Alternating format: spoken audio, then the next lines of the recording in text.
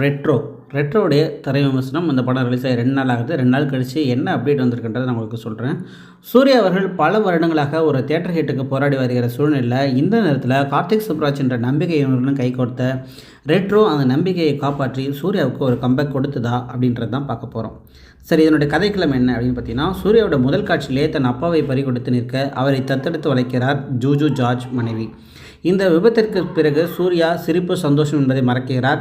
என்னதான் ஜோஜோ ஜார்ஜை சூர்யா அப்பாவாக பார்த்தாலும் அவரோ ஒரு அடியாளாகத்தான் பார்க்கப்படுகிறார். அவரை வைத்து பல நாச வேலைகளை பார்க்கிறார். அதே நேரத்தில் சூர்யாவுக்கு பூஜா மீது காதல் வர அடிதடி எல்லாத்தையும் விட்டுவிட்டு திருமண வாழ்க்கையில் நுழைய முயல்கிறார்.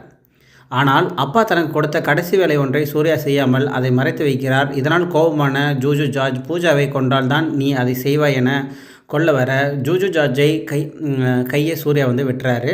இதனால் பூஜா கோபத்துடன் அந்தமான் செல்ல சூர்யா சிறை செல்கிறார்.